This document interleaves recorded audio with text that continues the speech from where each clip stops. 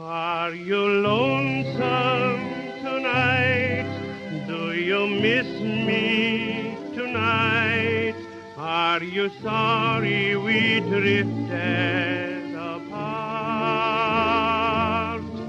Does your man... All right. Hello, everybody.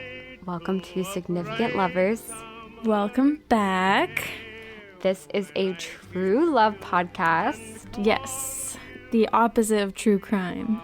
Mm-hmm. We are investigating the love lives and dating history of people in history and pop culture. Yes, Yep. and we are two cousins. My name is Mel. And I'm Kel. Yeah, Kel is leading today's episode, and she's going to teach us all about what couple are we talking today, Kel? We are talking about the one and only Lena Dunham and Jack Antonoff. And Mel, I don't want to freak you out, but I think I may be the voice of my generation. Or at least a voice of a generation. Yes. Lena Dunham, she's so controversial. So many people hate her. I know, so don't hate us. Don't hate us. 'Cause honestly, What? we are sympathetic to Lena Dunham. Oh, I love Lena Dunham. And if anyone doesn't know who she or Jack are, Lena Dunham is a writer, director, and sometimes actor. She created the HBO show Girls, which was on in the 2010s. Such a great show. Yeah, it's my favorite show of all time. As well as some other things like the show Camping, and she had a movie called Sharp Stick like last year. I never saw it, but I do want to see it.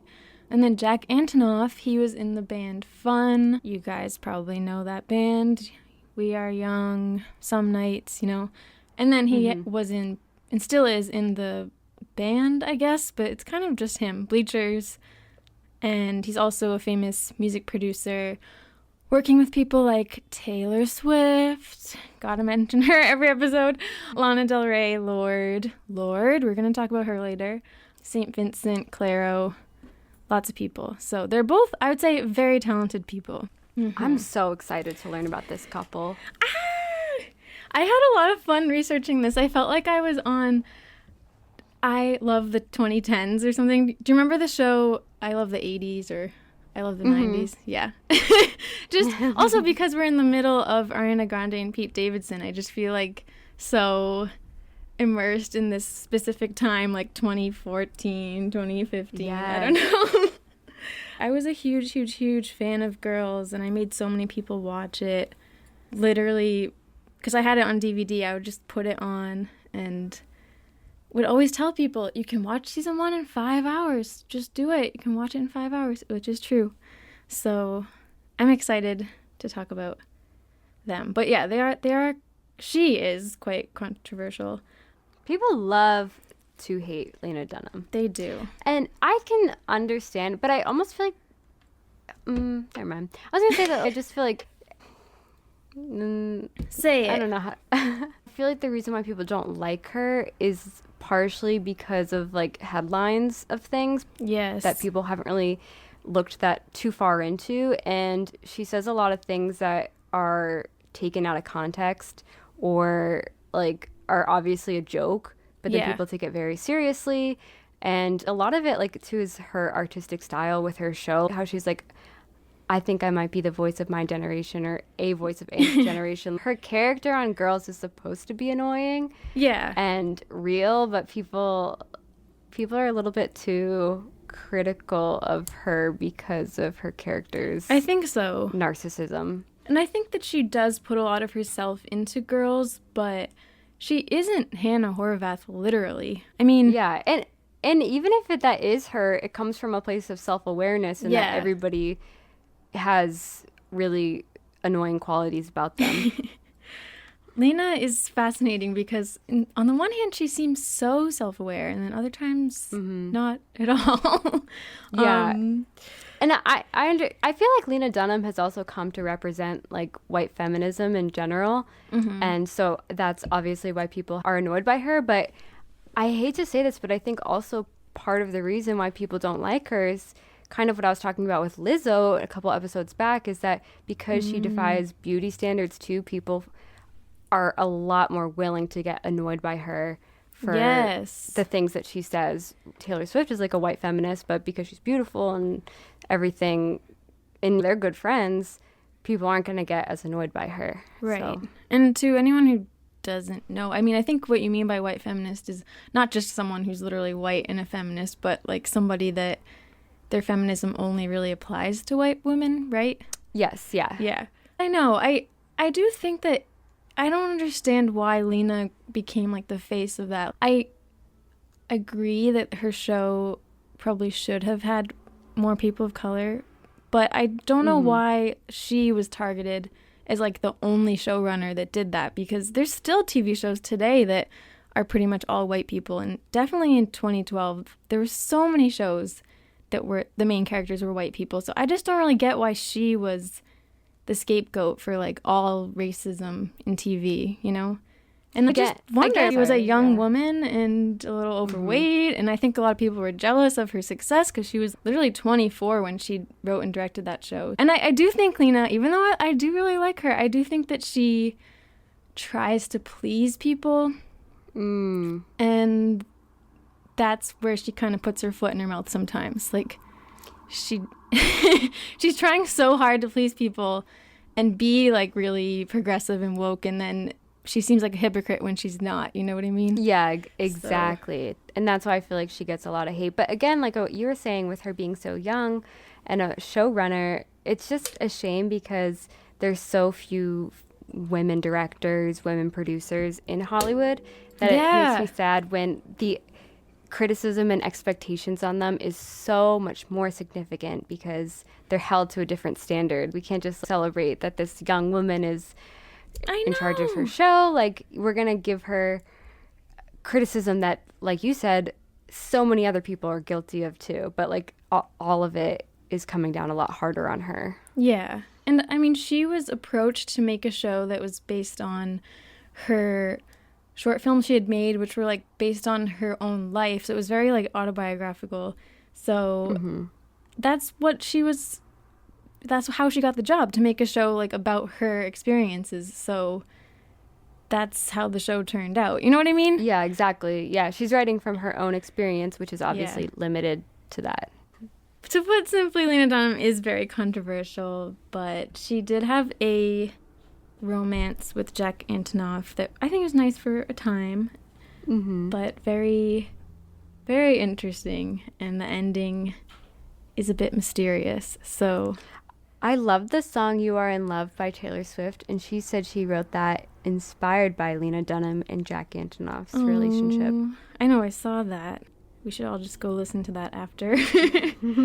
Okay, well, should I get into this? Yeah. Okay, 3 words I would use to describe Jack and Lena are neurotic,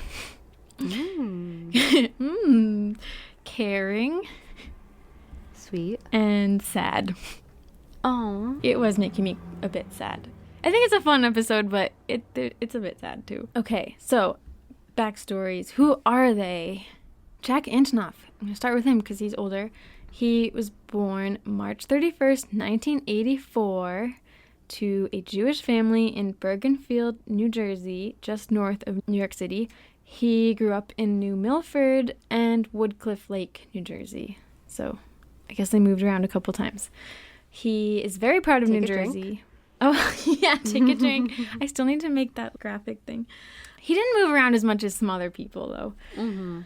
He is very proud of New Jersey. He's written a lot about it in his music, and Bruce Springsteen was always a huge inspiration of his. But in high school, he actually commuted to school in Manhattan. Jack was the middle kid. He had 2 sisters. His older sister, Rachel Antonoff, is now a fashion designer, and her clothes are actually really cool. I went on her website and wanted to buy them, but they're like $300. Oh, wow. They're a talented family. Yeah, very talented family. And really tragically, his younger sister, Sarah, actually died of brain cancer when she was 13 years old. Ah, that's awful. I didn't know that. I didn't either, actually. And it was when Jack was a senior in high school. And Oh, my gosh. yeah, I think that this is the defining moment in Jack's life that Yeah. he always goes back to. And Ugh. yeah, he said that everything in his career has been a reaction to that, losing her. Anything in his lyrics about sadness, I think, is about losing Sarah. And I feel so bad for their family. Oh, that's terrible. I So know. young. So young. I mean, I just can't imagine being in high school and that happens. I know. It's not supposed to. No, it's not. I saw a video of, he was giving a tour of him and Lena's apartment, and he had a big picture of her, like, right in the center of the room above the mantle, I guess. So Yeah. they're sweet. But around, I don't know if it was right after this or around the same time, Jack was in a lot of bands in high school. He was super into music. He plays a lot of instruments: guitar, drums, piano, bass, mandolin. He's definitely very smart when it comes to music. I watched this video of him producing a song, one of Lana's songs, and I didn't understand anything he was saying. So he's very knowledgeable about that. But he was first in the band Outline when he was in high school, and they actually did all right. They toured, they played in Florida and Texas, and they drove around in Jack's parents' minivan. And from 2001 to 2002, he actually dated Scarlett Johansson. I didn't know that. Yes, they went to the same high school. What? They were Yeah. high school sweethearts? I guess so. Oh my god. Isn't that crazy? Wow, we have to cover them. I know. I don't know how much information there is about them, but Oh, probably not. That's Can you- crazy. What I are mean- the odds that they would both become famous? I know. Well, I think they This went has to like a happened. performing arts school. Oh, yeah. You know, So pretty high. but still. And wow. this will come up later, but you know, Lena gets a lot of criticism for her looks and being overweight when she's on Girls, and I just think it's crazy that his ex is Scarlett Johansson. Yeah. One of the most conventionally attractive Yeah. women in the whole world. Yes. Regarded as the most, like one of the most Yes. traditionally beautiful. Yeah. Crazy. And then in 2002, him and his friends formed a new band called Steel Train. And okay, this is random, but this is the band that Evan Winnaker was in, which is the guy that Lana was rumored to be engaged to.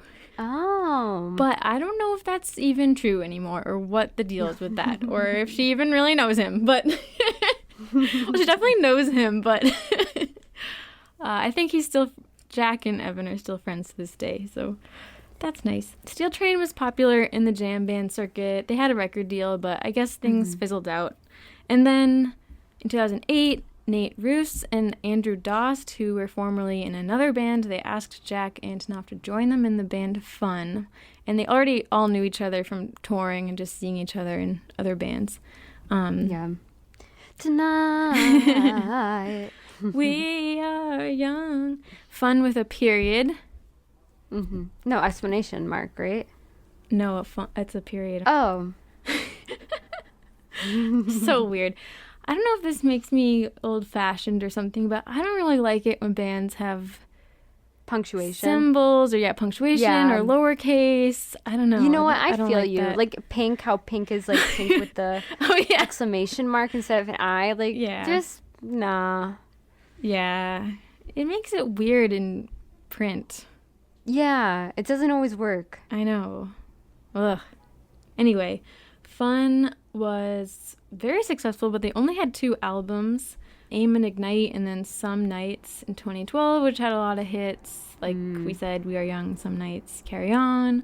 Yeah, they were huge, and they could have been like on top of the world, but I don't really know what happened to them. They went on a hiatus and never came back. Maybe they'll go on a reunion tour. Maybe. There's a lot Jack of is too speculation. big. Yeah, he really doesn't need Fun anymore. No, he wasn't even that famous in Fun. Yeah, because Nate was the lead yeah. singer. Yeah, he was the guy from Fun. Yeah. And actually, when him and Lena first start dating, that's what the articles are like. They're like, Lena Dunham dating the guy from Fun. Yeah. Interestingly, Nate Roos went on to date Jack's sister Rachel, older sister Rachel, for several years. Oh. But they broke up, so I don't know if that could have influenced the band too.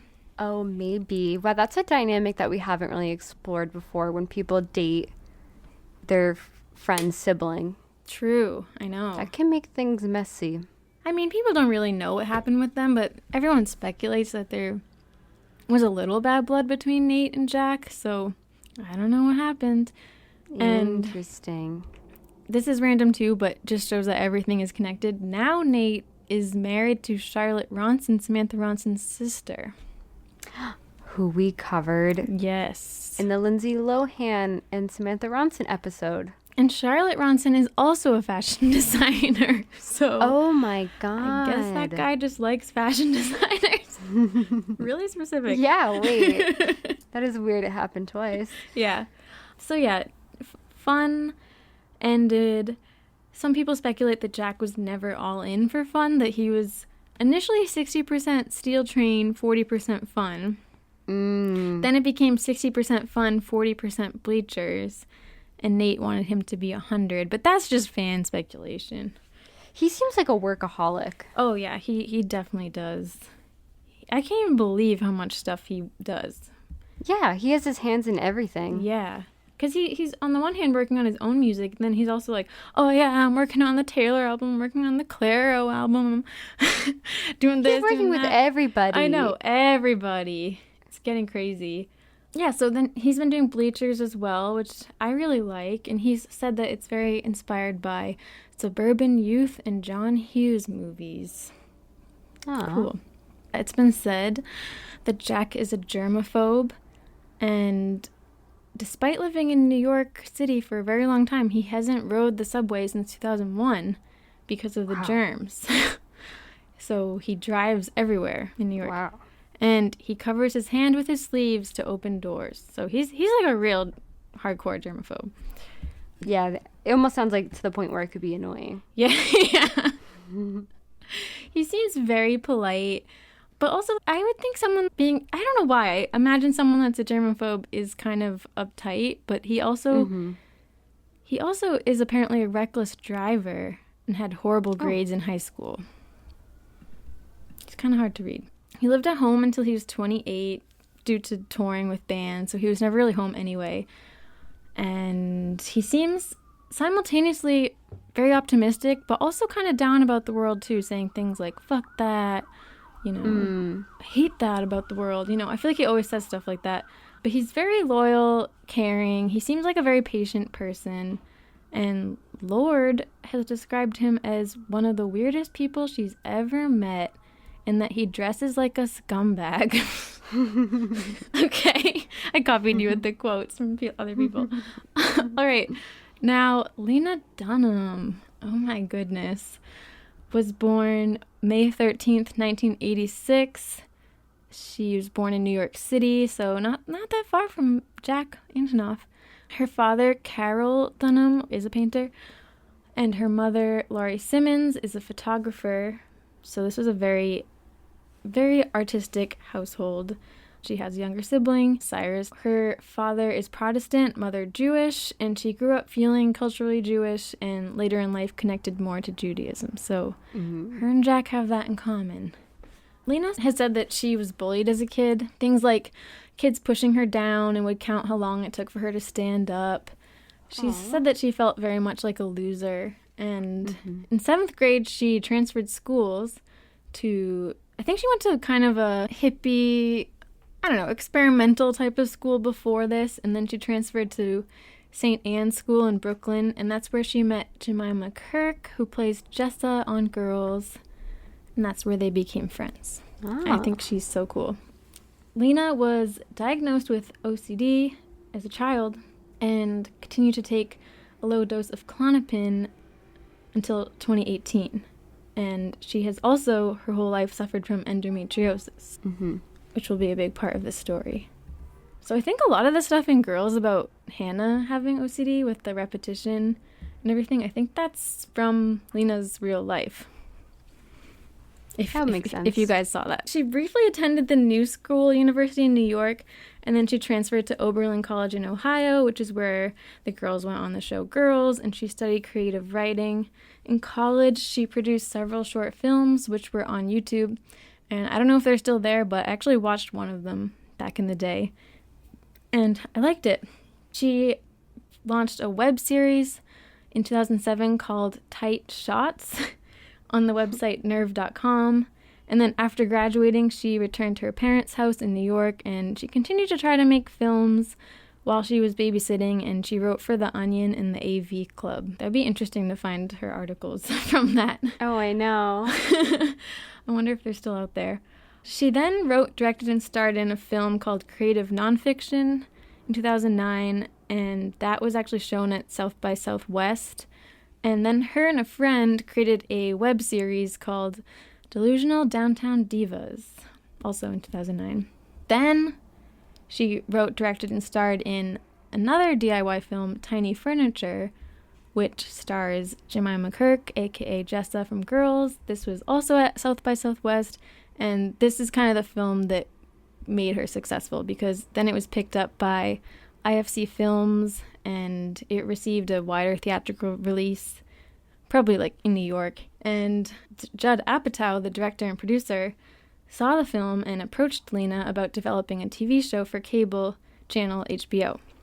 So that's how it happened. That's so impressive. You know what I was thinking of as you were talking about Lena Dunham? I feel like a lot of the people who I know who are very critical of Lena Dunham, especially because I went to a school called Emerson College, which is really liberal. It's a performing arts school. People there are very...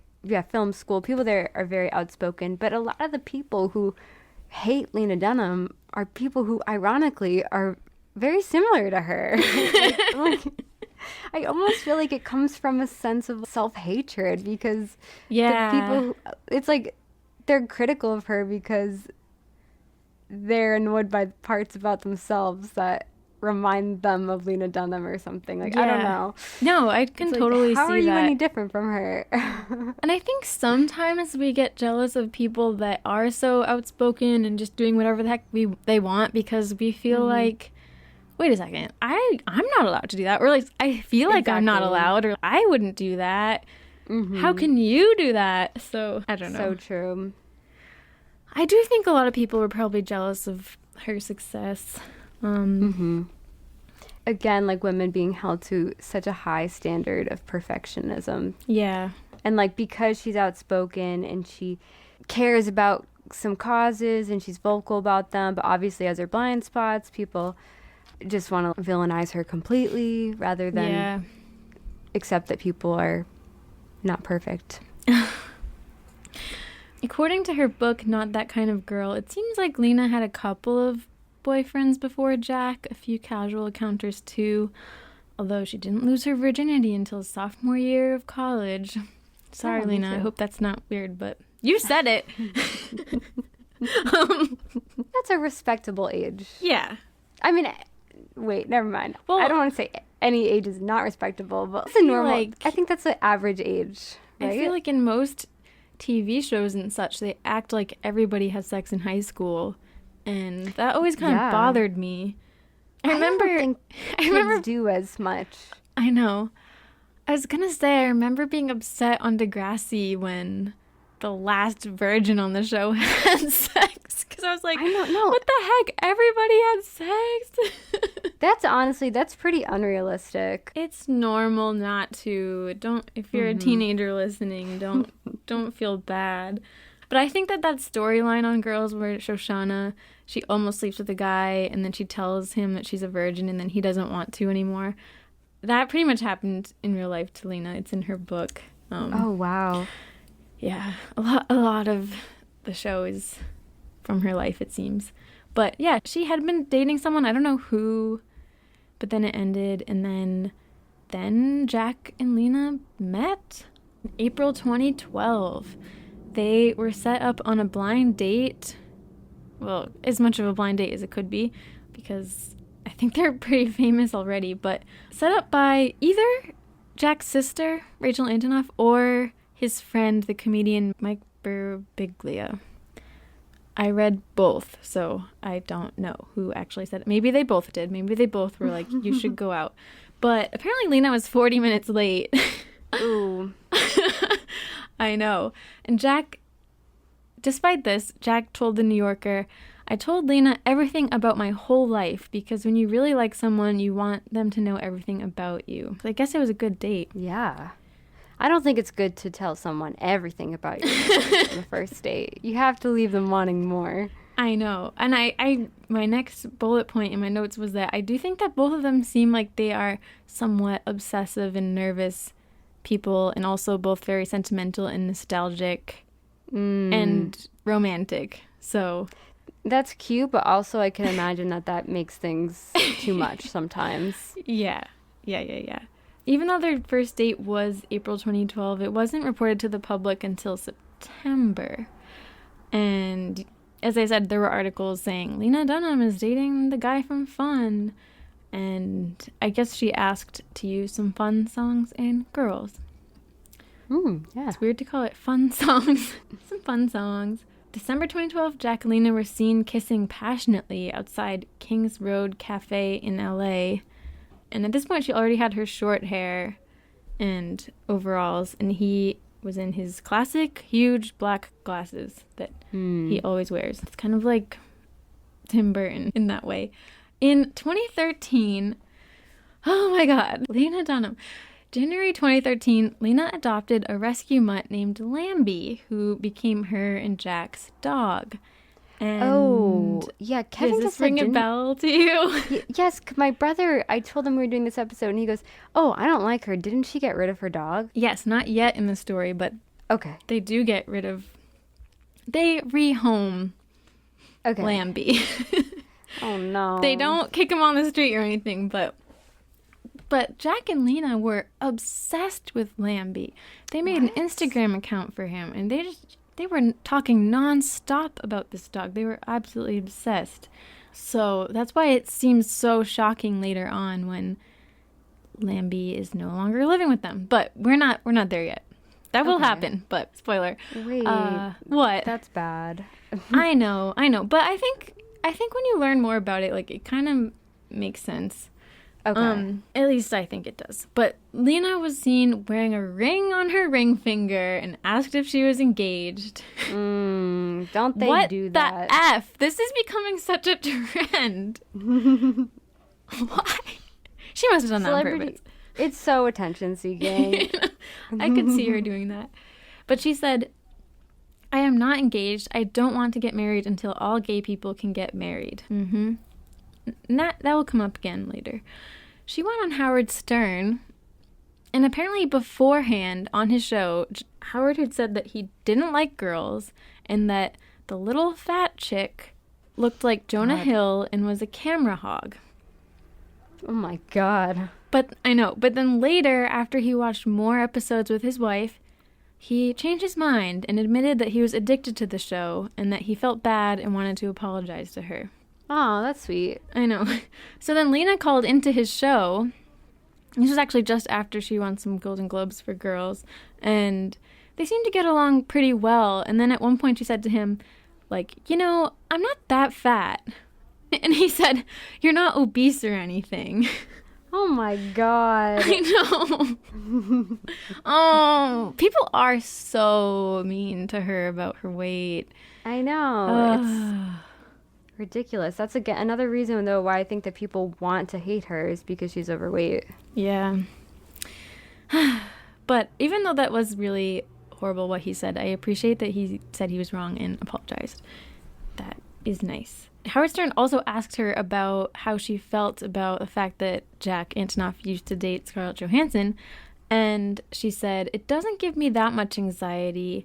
I feel good. I feel okay. When somebody makes you feel special, I don't think you're that concerned about things like that. That's so true.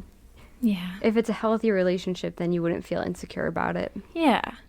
Fun won several awards at the Grammys that February, and then that's kind of like the last of Fun. And the fun is over. Yeah. And then Lena participated in the We Think Alone project by Miranda July, where she wrote a love letter to Jack. And I won't read the whole thing because we're going to have a lot of writing by her, but this is at the end of the letter. She wrote, I felt I could spend 4 days on a beach with you and it wouldn't be enough time to hear all the stories you have to tell. I literally want to know everything you have ever seen and what you felt like while you were seeing it, and I will be so much better my whole life for knowing those things. I love you, Lena. Oh, that is love. Yeah. She really loves him. It's really sweet. In the LA Times, Jack was asked about the controversy around girls that we were kind of talking about earlier, and he said, I try to stay out of it. There's no one stronger than Lena. That's nice. And then in this other article, even though she had just said that, everything was fine about the Scarlett Johansson thing, she said that she felt like she was hallucinating when she learned that Jack used to date Scarlett Johansson. I can see that. Yeah. Now we're in 2014. Lena and Jack moved into a place in Brooklyn Heights together after previously living in Lena's apartment. Apparently it took a year to close the deal for some reason. Wait, so had they only been dating for a few months before moving in together? It seems kind of like it. I mean, they've been dating for a bit now, because now it's 2014 and their first date was 2012. Okay. But it hasn't been 2 years yet. Mm-hmm. It's been like a year and a half. It does seem like they moved in really quickly. Not as quickly as Pete and Ariana Grande, but yeah, because I actually couldn't figure out when he moved in with her, but it might have been pretty much right away, because I think he was kind of between places, touring. Mm-hmm. I don't know. Hey, that's New York City for ya. Yep. Exactly. Even for the rich and famous. Yeah. More economical. Yes. There was a Rolling Stone video called Inside Jack Antonoff's Brooklyn Apartment, and he just takes you around the place, and you can see on the wall this sign. It's not a neon sign, it's like a light bulb sign. Do you know what I mean? Mm-hmm. It was like old-fashioned light bulbs. Anyway, it says J Heart L. Oh, cute. Yeah, it's really cute. And they have a lot of pictures of Lamby everywhere, like art, paintings of Lamby. Gosh, what is going to happen with Lamby? I know. It sounds like they're really creative together. It sounds cool. Like, while he's making music, she's writing, and there's doodles everywhere, and it just seems like a very cozy life they have going on. March 2014, Lena directed his music video, I Want to Get Better, for Bleachers. I want to get better. I remember that. November 2014, her book, Not That Kind of Girl, is published, which I mentioned earlier, and she wrote about Jack in it, and I'm going to read a little passage. Okay, this is page 76.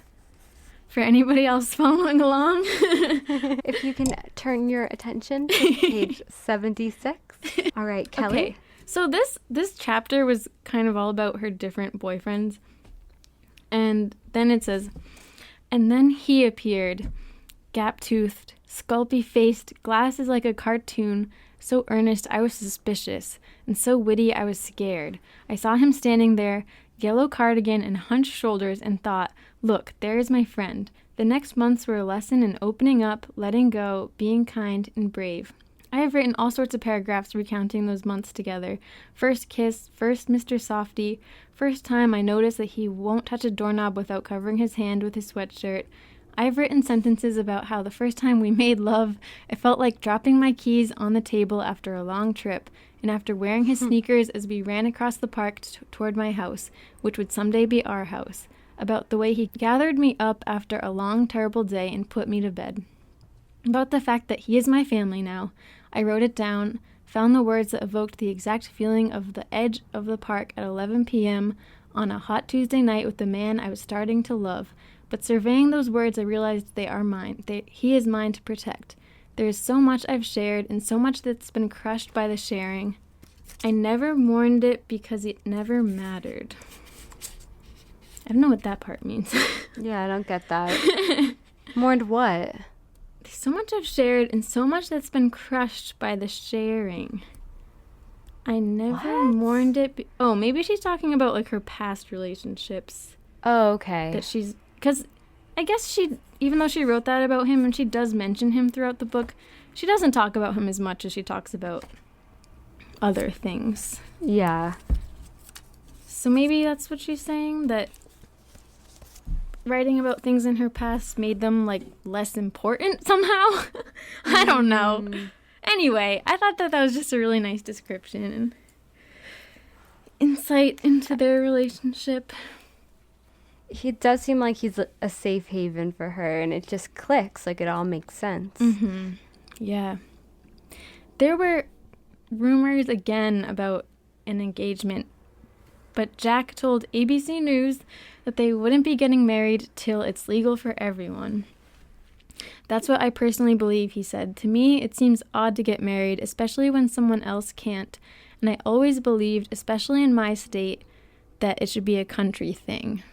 Celebrities were always saying that back then, and while I do think it is good to take a stand and, like, you know, it should be equal for everybody, I almost wonder if, like, it's kind of a cop-out for people, too, if they're in a relationship but they're not really ready to be like, well, I'm not going to get married until it's legal for everyone. Oh, yeah. But also, like, in the back of their mind, they're like, but I don't really want to get married anyway. Yeah.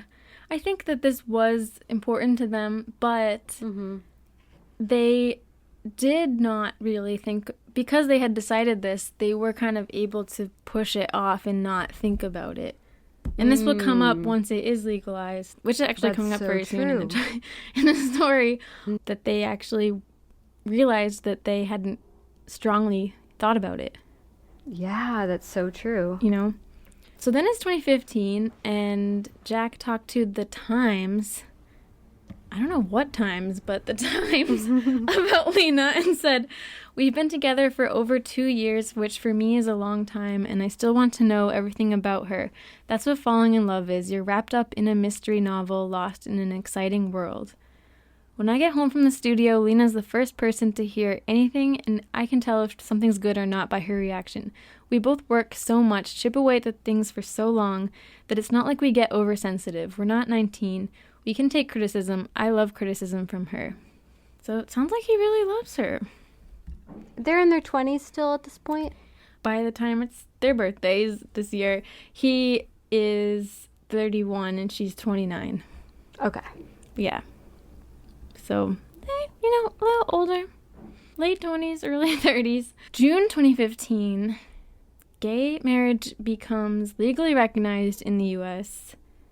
And Lena tweeted excitedly about this. Oh, she's very active on Twitter, by the way, which is where, like, half of her faux pas and foot and mouths happen. But Lena was very excited, and then she tweeted at Jack and said, "Get on it, yo, ... And he didn't reply. Oh my gosh, that's embarrassing. I know. Do you think he replied privately? Hopefully. But gosh, don't leave. Like, if I did that, like, I wouldn't want to be left hanging there. I know. Oh no.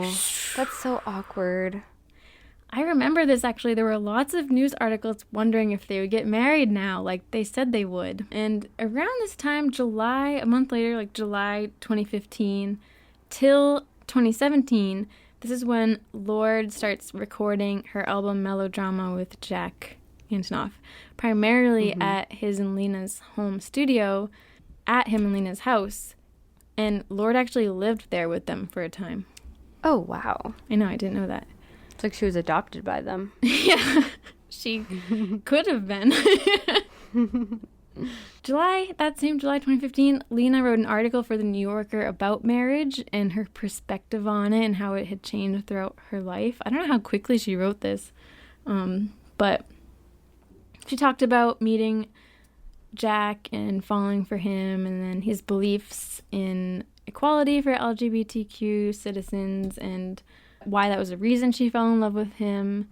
And she said, "I watched him struggle with the decision of whether or not to perform at straight couples' weddings. He discussed the matter at length with queer friends, concerned that it might be a form of betrayal. Ultimately, he was given their blessing, though he seemed fairly tortured about it anyhow. The struggle was real and raw for Jack, and so somehow it became understood between us that we wouldn't even consider marrying until every American had the same right. And I said it proudly whenever I had the chance. with the grandiosity and intimidations of sacrifice you can hear from certain lesser vegans. But sometimes, in a moment of deep gratitude, I would mutter these words to Jack, unbidden.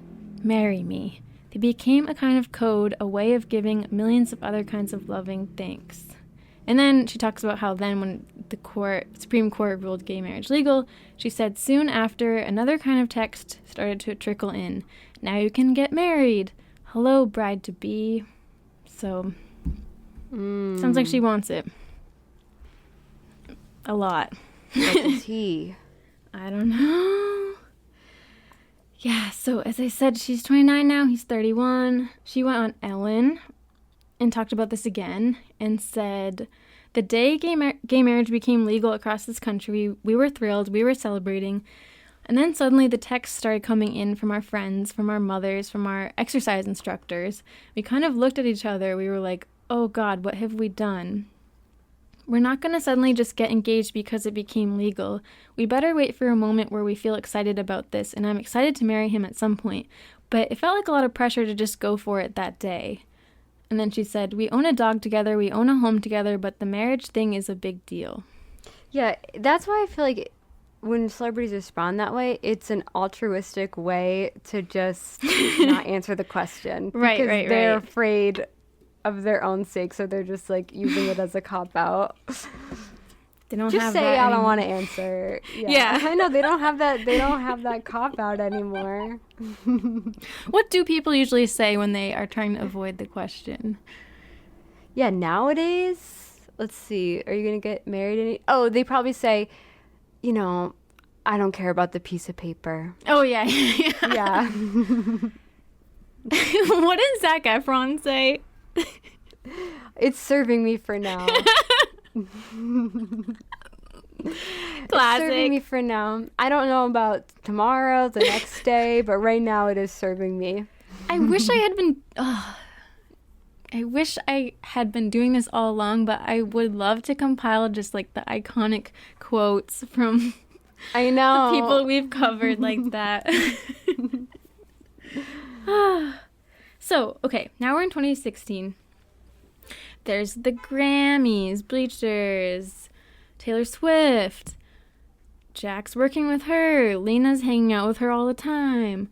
That's what's going on right now. But also, Lena has been hospitalized a couple times. She's had a few surgeries for her endometriosis. It seems like she's really suffering with that. She had a ruptured ovarian cyst. April, Jack gives Lena an anniversary ring for 4 years together. Oh.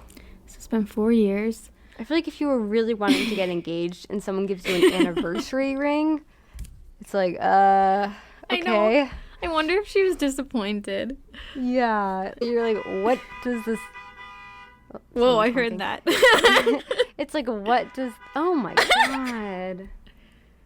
The sounds of the city. It's fitting because they lived in New York. They lived in Brooklyn. That's true. September 2016 is the final day of filming Girls, and I think it was hard for Lena. She said that it was part of her identity and that she was kind of lost after it. And then November, Hillary Clinton lost the presidential election, and Lena was very involved in that campaign and seemed devastated by that. And then continued to experience a lot of pain and issues from her endometriosis. It seems like she was in the hospital a lot and just generally having a lot of bad days. Yeah.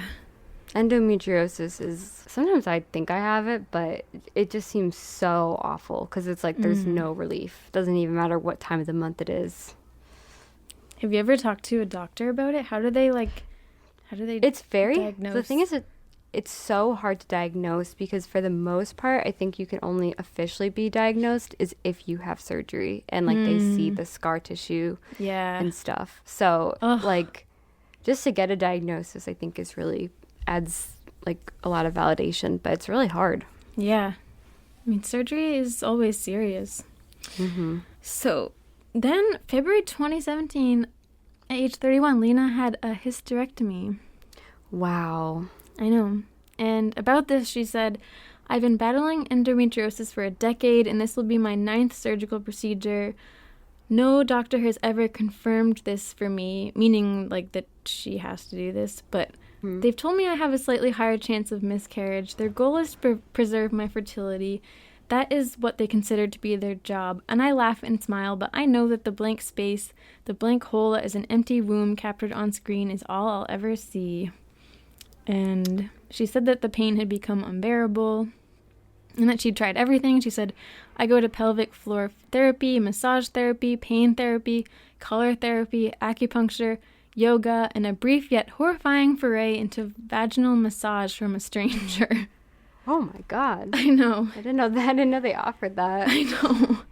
It's really sad, though, because she has repeatedly said that she wants to be a mother and experience pregnancy. Yeah, that is very extreme. I've read, when she got her hysterectomy, I read articles that said it doesn't actually help with endometriosis, that you can still experience pain after. But I haven't looked into it, so I don't want to speak on something I don't know enough about. I think that it didn't end all the pain because part of it is that you have the tissue outside of your uterus and everything, but I think it did help a bit.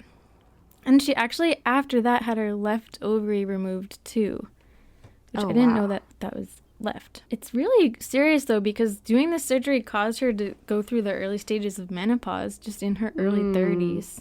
Yeah, which is also a huge hormonal change. Yeah. So she's like in perimenopause already in her 30s. And then, June 2017, people started to notice how odd it was that Lena and Jack hadn't posted any pictures of Lamby, their dog, in a while. Because they used to be obsessed. And then Lena posted on her Instagram telling the world that after 4 years of challenging behavior and aggression, she had given Lamby to a new owner, Danny Shea, who is more educated in Lamby-specific trauma and can better handle him. And what type of dog was Lamby? He was a pretty small dog, it seems. Maybe he was a mix. People were really tearing her apart for this, but I don't know. I think that she kind of did what she had to do because there's a lot of stories of Lamby biting people. Yeah. And especially if they live in the city. Yeah. Yeah. And it wasn't even just her. Like, even back in 2013, so this is way before this happened, she had tweeted something about Lamby, like, biting her butt or something. And Jack's sister, Rachel, and two of Lena's friends on Twitter said that Lamby also bit them. And it's kind of weird because Lena seemed to be, like, laughing it off, but they actually seemed annoyed by it. Yeah, I would be annoyed, too. If someone's dog bit me and the person wasn't that sorry about it. I know. I hate the idea of anyone giving their dog away because the dog doesn't know and you're their family. But it seems like in this situation, they were probably doing what was best for Lamby, and I bet it was really hard for them. But it's better that the dog is in a home where they're getting properly trained. Yeah. And they're probably not in the city anymore, and so the dog isn't around people as much and is not put in situations where, God forbid, he might attack somebody and then have to get put down. Yeah. I mean, I think it's clear that they loved Lamby. I don't really get why people freaked out about this so much because I've known some people that had to give up their dogs, and I don't think they're, like, evil people for it. They just and I bet it was a heartbreaking decision that they had to make. Yeah. It seemed like it was, but then it got really dramatic because the shelter that she got Lamby from claimed that he had no issues. But I don't trust that because they're just trying to defend their shelter, and it's kind of like when a business gets a bad review and then they're super angry responding. Does seem like and like you said, it seems like there's evidence that Lamby did bite people. Yeah. I mean, also, unless she's so TMI, as we said, and she shares so much about her life.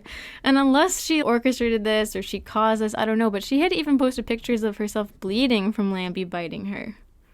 Where the anger might be coming from is some celebrities seemingly do get dogs and then get rid of them really quickly as if they're accessories. Which I think when you adopt a pet, that should be for life, and you should go into it thinking that you're going to be the caretaker for life, but Yeah. in this situation, it probably was in Lamby's best interest not to be put in situations where he might have to get put down for behavioral issues. Yeah. It's probably better to, like, not be in a New York City apartment. Yeah. And I don't know. I mean, it seems like she claims she was super dedicated to him, and she has had other pets since then too, but she probably is busy also and is maybe just not the right person to, you know, take on a dog that has a lot of needs. And I do think a lot of pets do have issues from a shelter. It's not saying that there's anything wrong with the shelter, but I think it is just traumatic to be placed in one in the first place. Yeah. You know? And yeah, then definitely. To leave, I mean, I even think, like, my cat lived in a shelter, and I feel like he had some issues.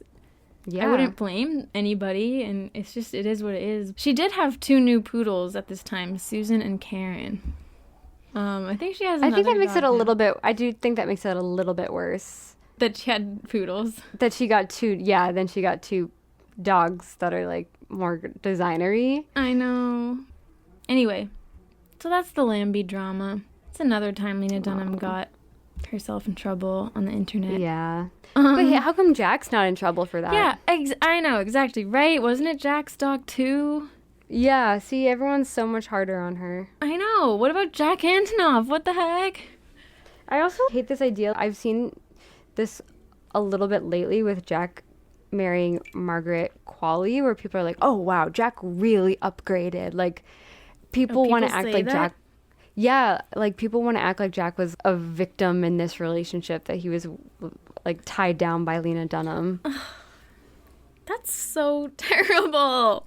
I know. So then, November 2019, Lena wrote on Twitter that she thought Jack was proposing, but that turned out not to be true. Okay, Lena, put your phone away. This is a little too much. It's too much. Oh, gosh, I'm cringing. Mel, wait till you hear this. She said, I thought Jack was furtively planning a proposal to me with his sister, and he just admitted I actually caught him talking shit about me. Now I literally can't sleep because I'm laughing too hard and I'm also keeping him awake. 5.5 years, no rock, and you know what? It's real nice. Lena, why are you telling us this? I think it's a bad sign when people are that open about their relationship. I know. Because, I don't know. Wait, are they sitting in bed and she's tweeting about him? I don't know. I'm imagining it that he's still in the other room. Oh my gosh, imagine then he goes on Twitter and he's like, Lena, what the fuck? I know. Why did you do that? Oh, and then there was because it seems like he's definitely not trying to propose. I know. There's one more tweet. She said, they were huddled and I heard him say Lena and finger. So it obviously seemed like an engagement ring talk. But he was actually shitting on her? Yeah. Yeah, what could that be? I don't know. Lena. Finger. Yeah, why didn't she did she hurt her finger or something? What happened? That could be anything. I do think if people were talking about engagements, I don't know, like, even though a finger is involved in that, it's not like a word it's not necessarily a key word in the ritual of a proposal. Someone might say, like, ring size. Exactly. Or hand, like, how does it look on her hand? But finger, I don't know.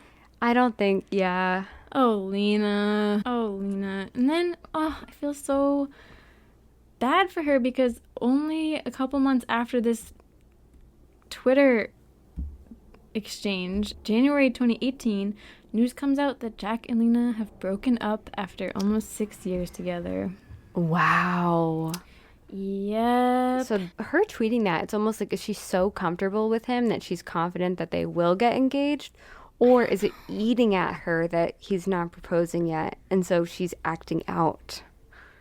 I know. It kind of seems like both. It is weird that she said 5.5 years, no rock, and you know what? It's real nice. That seems a bit salty. It seems like salty, but she's trying to convince herself otherwise. I know. Oh. It's So what very happened? cringeworthy. It's very cringeworthy. Both of their reps confirmed it, and Lena's said that the break was amicable. Imagine having a rep. I know. It'd be nice. It would be nice. Yeah. Who knows if this is true, but an insider told Us Weekly, as the years went on, it just wasn't a match. She has been through so much, and she's still trying to figure out the best steps forward for herself and her career. Doing it on her own is the best thing for her now. Navigating her career forward, making good decisions. Okay, I believe the first part, but I don't buy that the breakup had anything to do with her career. No, me neither. And I don't think he was holding her back career-wise. No. I mean, she was the busiest she had ever been when they were newly dating. Yeah. And Which is when you need to almost put the most effort into the relationship because you're getting Yes. to know each other. I think she had a lot more free time at this point.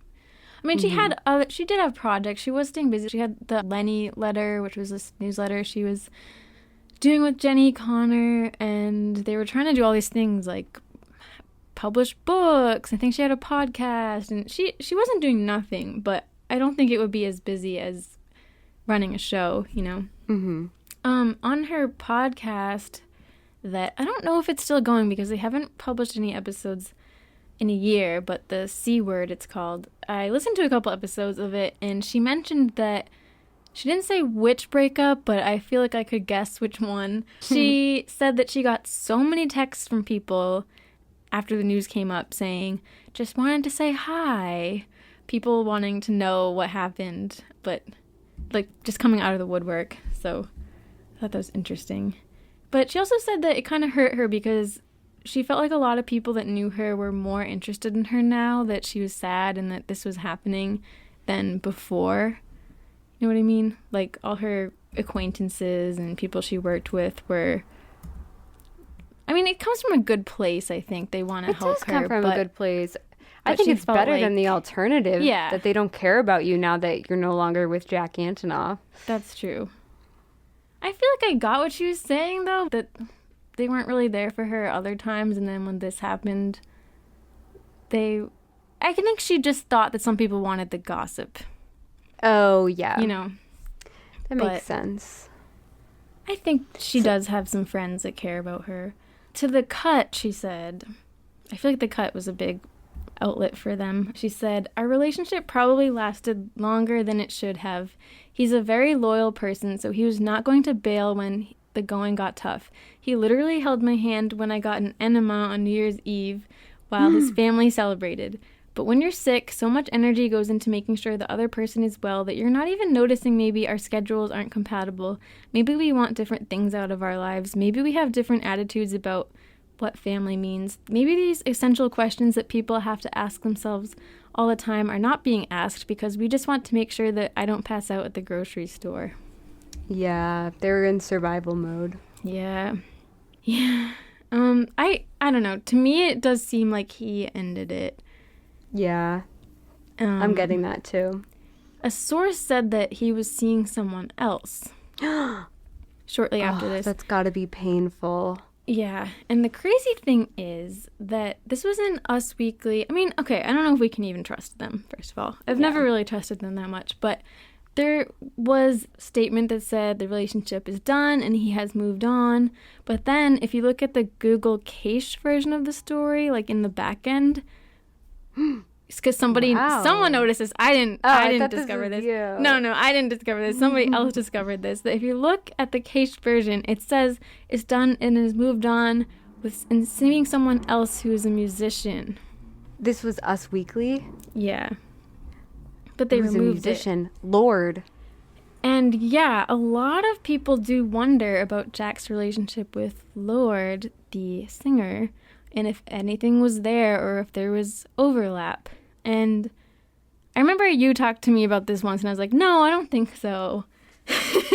But I had not honestly looked too much into it, Mel. So then I did, and it is interesting. Okay, so I'll tell you some things. So as we said, that Lorde was like living in their house for a while, and they were obviously very close. making her record. And I did watch a clip of them performing at Outside Lands Music Festival, and they did seem really cozy. They were like sitting super close together, and Lorde kind of like squeezed his knee. Person on Twitter named Hillary made a 39-page PowerPoint that you can still view to prove that something happened between Lorde and Jack. And honestly, I love when people do this. I know. Honestly, a lot of the evidence, I don't know. It wasn't really convincing me that much, but there were some things. Like, Lorde has said we were obsessed with each other and that they FaceTimed every day. And Lorde wrote a huge paragraph for him on his birthday. And then they were also seen in Auckland, New Zealand, where she's from, walking down the street, and she was, like, hugging her arms around him. Oh, yeah. That's intimate. Yeah, very intimate. And apparently, Lena unfollowed Lorde and deleted her previous tweets about Lorde that had all been really positive. Yes. That is the most damning. I know. That proves it. I think so, but it's odd for me because really quickly after all of this, he started dating somebody else named Carlotta Cole, a model. So I wonder if he cheated with Lorde. I don't know. But then he dated this Carlotta girl really soon after.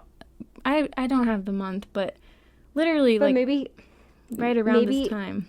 Him and Lorde cheated, but he didn't leave Lena for Lorde.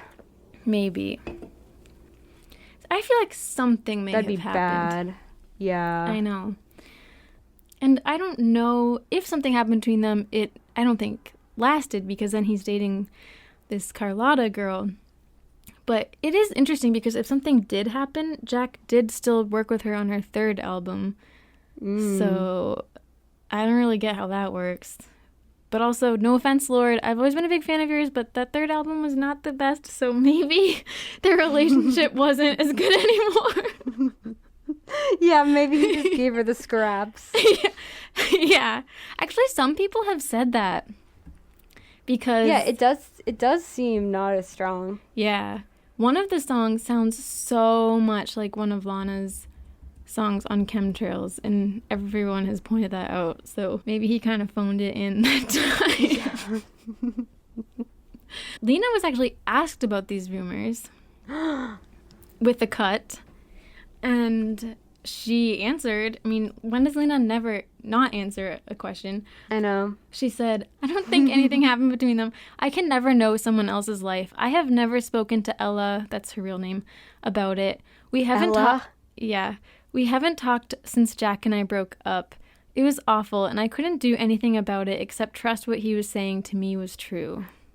Oh my God. She just told us a lot without I know. telling us. First of all, she called Lorde by her first name. To me, that's kind of, I don't know. What do you think about that? That's power move. Yeah, and also that she does know her pretty well. Mm-hmm. But to say, I don't think anything happened, and to say, what'd she say? That, like, I trusted what... Yeah, she said, I couldn't do anything about it except trust that what he was saying to me was true. Yeah, to me, that tells me she had her suspicions. Yeah. Because... But maybe she didn't have any proof. Yeah. And she says, I don't know what happens in anyone else's life. Yeah. It seems like something that she's really had to reconcile with. Like, did something happen? And she's letting go of the need to have control over it by just accepting that she'll never really know. But she just has to accept. And it is crazy that we haven't talked since we broke up. I think that's weird, because I think that's telling. Lorde basically lived with her. Yeah. And that she deleted the tweets. Even if something didn't happen, she clearly had her suspicions and was uncomfortable. Ugh. And it's unfortunate that Jack put her in the situation to be uncomfortable. I know. He should not be FaceTiming Lorde every single day if he's in a relationship, especially if he's dating someone who has health issues going on. Then they're going to be even more nervous. Someone who just had a hysterectomy, like, oh, am I not attractive enough anymore? I do think that's and really Lorde's sad. way younger. Yeah. So that's tough. I feel like in this relationship, he was probably giving most of his time to so many other women that he's collaborating with. I know. I don't really get why he always collaborates with women. Yeah. I don't get creepy vibes from him, but it's just odd. I don't know. Yeah, because he's also so close with all the women that he collaborates with. Yeah. They all act like I have a special bond with Jack. Yeah. Whereas usually I feel like other music producers, they're just like, yeah, we had a great time in the studio. He really did a great job. Like, I don't know. Yeah, like, I feel like Ed Sheeran, he collaborates with a lot of different musicians, Yeah. male or female, and it's not as intense. Yeah. They don't act like they're soulmates because they Yeah. made a record together. But I feel like everyone Jack works with, it's like that. It's like we were up day and night working together. Us at the piano, like we poured our hearts out to each other. Yeah. What is up with that? Lena talked also to The Cut about Jack's new relationship with the model Carlotta Cole and said, I thought I was kind of proving weird girls can have love too, and now he's dating somebody who looks regular and normal and like girls are supposed to look. Oh, sad. that is painful. But oddly, Lena follows this Carlotta lady on Instagram. And it seems like they actually worked together more recently, so way after all this happened. But I think Carlotta's a photographer too, and it seems like she did some work for Lena's movie Sharp Stick, and that she even tagged Lena and stuff. So interesting. Maybe they bonded after Carlotta and Jack broke up. I don't know what happened. I feel like that would be pretty bonding to become friends with someone who also dated your ex after the fact. It's kind of always been my dream to talk to a girl that dated someone that I dated. But it's never happened. Yeah, and like share notes and be like, me too. Oh my God. That really could create a beautiful friendship. It could. Also, sadly for Lena, around this time of her breakup with Jack, her and her longtime creative partner, Jenny Connor, also went their separate ways. They had made Girls together, and they had a production company together, and Lenny letter, their newsletter they did, they dissolved, both of them, and I don't know, it seems like they stopped being friends. Oh. And Lena seems really distraught about this breakup too, and wrote about it and said, maybe my illness made me impossible to be close to, maybe my fame made me impossible to be close to. I'll work that stuff out in the future, but I was not operating in healthy relationships with the people closest to me. Now she doesn't have to absorb whatever bullshit I tweet that day. Whatever I do doesn't have to now be hers, which I'm sure I'd imagine if I were her would be a relief. And then she said, I'm not for everybody. Do you know what that's reminding me of? Liability by Lorde. Yeah. That song really is Lena's anthem, though. It is. She really is. She is not for everybody, and that's a tough pill to swallow. Yeah. I remember Lena tweeted one time something about, I can't listen to any of my favorite breakup songs because my ex-boyfriend produced all of them. Oh, yeah. That would be tough. She wrote a lot of essays about this breakup. I found 4 of them. She wrote a lot about it. That's a healthy way to channel your energy. Yeah, Better than tweeting about it, too, because you really have to put thought into what you're saying. Yes, she definitely tweeted, too. Oh. She's just talking about this left and right like crazy. It is sad, though. I feel bad for her at this point. Like, I can tell she's really, really struggling and really heartbroken. She talks about the end of the relationship, realizing that it's over, and she said, the finality nearly killed me, and I remember muttering, but what if we still went on dates? He laughed sadly, whatever you want. Ooh. I know. And the rest of the essay, she goes on talking about getting used to being alone again. And then, this is crazy, August 2018, months after the relationship has ended, because they broke up in January, Lena tweeted a picture of a list of baby names she had made with Jack in 2015. Lena. I know! Okay, like, now you're kind of showing us why you guys broke up, because Seems like you have poor impulse control. She does. Oh, Lena. She said, "Hey, at Jack Antonoff, I just found." Wait, she tweeted at Yeah. Lena. I just found a potential baby name list we made in 2015. I could definitely keep this private, but then the world wouldn't know that you suggested carrot over and over. ... Love you! ! Do you want to hear that's the names? kind of. Yeah, but wait, that's really unhinged of her. It is. I'm sorry. It is. He might be newly dating somebody else now, right? Yeah. Is he dating that model at this point? Yes. Yeah, he's in a relationship, and it's like you're trying to prove to the world we were so serious about each other that we were even talking about having a baby together. Yeah. Oh, okay, yeah, I want to hear the names, though. Okay, the list is Oz, O-Z. Okay. Kelly. Oh, your name. I know, thank you. Na, N-A. Oh, weird. Carrot. Ricky Lee, Jackie, Eddie, Joy, Cute. Sarah Lee, Xavi, Tony with an I, Camilla, Loretta, Ra, Shogo, and Claire. Oh, see, but here's the other thing. Now she's taking away his opportunity to ever use any of these names. Because his future wife would be like, wasn't that the name you were talking about with your ex-girlfriend? I know. Lena. That is so weird. And did he respond? Oh my gosh. So, I hope you're not listening, Lena. I really am rooting for you. After the list went out, she called Jack a few times, and he didn't pick up right away. I wonder if she's blocked, because why Maybe. else would she have to... Well, yeah. then he did get back to her. He was in the studio, I guess. And then I don't know if it was a text or a phone call, but he said, "No, it's funny."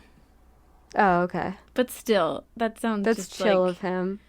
It is chill, but it kind of sounds like he's just being like, yeah. Not even putting any energy into like, it. Don't freak out. Yeah. Like, it's funny. It's almost worse. It's like I he's know. indifferent to it. Oh, God. And she said, I think this was to the cut.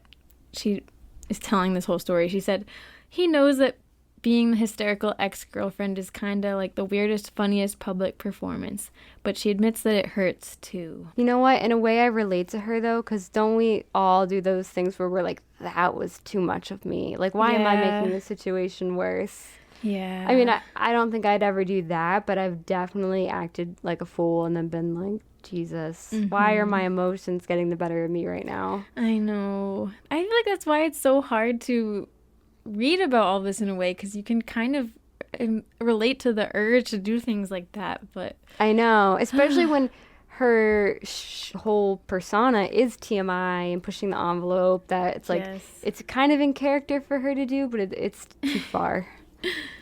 She also told E that she'll always wear the ring he gave her, the anniversary ring, because love doesn't have to be defined the way we in Western culture define it as beginnings and ends. Oh, that's sweet. I mean, it is like she's holding on to a part of her past. Mm-hmm. I mean, that reminds me of our Carly Simon and James Taylor episode when Carly was like, I found peace when I accepted that I could still love somebody even after the relationship was over. It doesn't have to end. Yeah. That can really help, because sometimes the hardest thing is feeling like you have to let go of that love and like you don't want to, or you don't feel ready yet. And it's okay to still love somebody. Yeah, and not do anything about it. Yeah. November 2018, she was interviewed for The Cut again and said, I texted Jack last week and said, and this is in capital letters, how does it feel to have dated someone everybody hates? And he wrote back, they only hate you because they love you so much. True story. Which is like, what a sweetie, what a liar and a sweetie. It does seem like she wants to get back together. Yeah. And she said that Jack used to tell her, you're a provocateur and you don't even know it. You have to look at the fact that when you say things, you're not just trying to please. Sometimes you're actively trying to displease people. And he forced me to look at the side of myself that had the desire to poke the sleeping bear. I feel bad for her, though, because it seems like she's going through a tough time. She's also talking about how she's struggling seeing people around her that are pregnant and having babies. And Yeah. then, I'm not sure when in 2018, but at some point in 2018, she attended rehab for her addiction to anti-anxiety medication, specifically Klonopin. And she said, I was, to put it lightly, misusing benzos, even though it was all doctor prescribed. It stopped being, I take one when I fly, to I take one when I'm awake. So it seems like she did get help, though, and she's been sober to this day. That's good. Yes. Yes. She continued to write a lot about Jack, though. 2019, she wrote for Domino magazine, which is like a home magazine, about buying a house with him, and she wrote about how she decorated the place without him, and he hated it, which she shouldn't have done that. I know. And it seems like it really hurt her for some reason. I don't know. I do think she's a little unreasonable. Like, you should... Again, that reminds me of Carly and James because of the pool. Yeah. And then in 2019, she wrote about heartbreak again, this time for The Guardian. And it was an article about British Love Island, but she also talked about Jack in it. Let me see. I don't know if I'll read the whole thing, but I just thought it was sad at the end. She said, I hope I meet someone who is okay with an infertile, chubby, controlling fantasist who has made a lot of mistakes but can't stop trying. I hope I can show my children what it means to love with intention without losing oneself. I hope the villa is always full of smiling faces, hopeful hearts, tearful losses, and ecstatic gains. I hope we can keep cracking on into the future forever. I hope that summer never ends. So it seems like she was hopeful that she would meet somebody again. Yeah, it does seem like she is a hopeless romantic. She is. It definitely seems like, we've seen this in some other relationships, that Jack never really talked as much about Lena. Mm-hmm. It's not that he was avoidant about it or anything. Like, I saw him mention her in some interviews, but, I mean, he's not like her. Like, he's not going to write a whole essay about the first time they made love or whatever. Mm-hmm. But do you think he's written about her in his music since the breakup? A lot of Jack's earlier happy love songs by Bleachers, I'd say both the first two albums, I think we can infer are about Lena. He even has a song on his second album called Let's Get Married, which is very sweet, and I think it's about her. But then on his 2021 album, Take the Sadness Out of Saturday Night, which is after their breakup, he has a song called Don't Go Dark, which seems like it could be about Lena, and it's quite negative. The lyrics are, what are you gonna ride for? No one at all? Hey, are you gonna cry on demand just to get your number called? Oh baby, I know gone, I know gone, I know out of this world, 'cause I've slept in my bed alone next to my girl. So what do you want? Just don't go dark on me. And then he says, then you cry on my shoulder like a little child. Do what you want, just don't go dark on me. And you're waiting to be saved, but ain't nobody coming. It's the same party trick, your dream until you're running. Do what you want, just don't go dark on me. And at one point he says, I dream a little dream, she's not out of it. Then I watch her take another pill, take another pick, then flip another switch. You've just been waiting your whole life to find someone who can stand in your storm. I stood there and something was missing. I still see you, honey babe, but it ain't me that you'll be kissing. So I think that's clearly about her, and it just sounds like someone that has a lot of troubles, and he's basically saying, like, I can't be part of this anymore. Yeah. I feel like he had moved on, and he is married now to the actress Margaret Qualley, and I think it's so interesting because she was in Once Upon a Time in Hollywood, and so was Lena. Yeah. They were both in the cult, the Manson cult.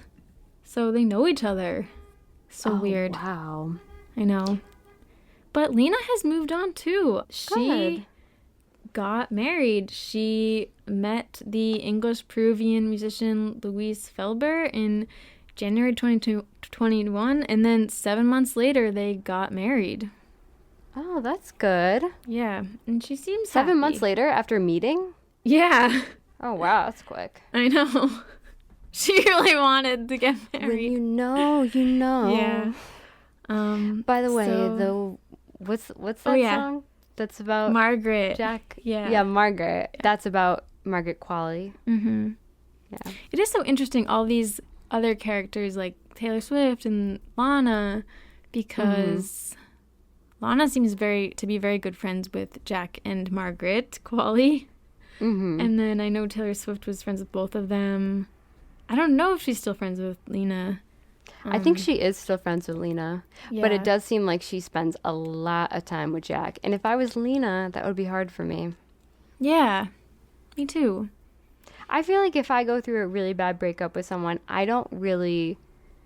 Not that I want to put friends in a position where they have to choose between you, but it can be a little too painful to hear about the friend from the other person and to like witness them get to spend time with someone that you miss a lot. I think it would be really hard. But yeah, she has a lot of connections to him still, so I don't know. Chances that they'll get back together? 0. Yeah, honestly, the baby name tweet was the nail in the coffin. I know. And I feel bad because it seems like she was embarrassed that she did that. I know. Who gets custody of you? Probably Jack. I think I'll still say Lena. I would like to hang out with her. I think she'd be funny. But yeah, Jack does. I do feel seem bad a for her, bit... but I can picture her being someone who is hard to be around sometimes, like she said. But it does seem like she has a self-awareness about that. But I do love people who are just authentically themselves. Me too. I don't know. I think she would be lovably fun. annoying. Yeah. I don't know. I didn't come out of this loving Jack Antonoff. I thought I would get to know him more and like him more, but I don't know. Mm-hmm. I don't really get him. I don't feel like I got to know him as much through this, other than he seems a little bit passive. Yeah, he does seem passive. It seems like maybe he would have wanted the relationship to end sooner, but was just going on with it. And that's basically what she said. Well, I wish them both the best. Me too. I'm happy that they both have found partners and are moved on. And, well, I guess we already said what next week's episode is. Next week on the Patreon, we're picking up where we left off with Ariana Grande and Pete Davidson. In our last episode, it's so weird that this was such a short relationship that there's way too much to say that we couldn't even fit it all in one episode. So in our last episode, we only covered the first 2 months of their relationship. And in the next episode, we will cover the next 2 months of their relationship, the final 2 months, and anything after the fact. I can't wait. Okay, well, thank you guys so much for listening. And we'll get back together next week. Is your heart filled with pain? Shall I come back again? Tell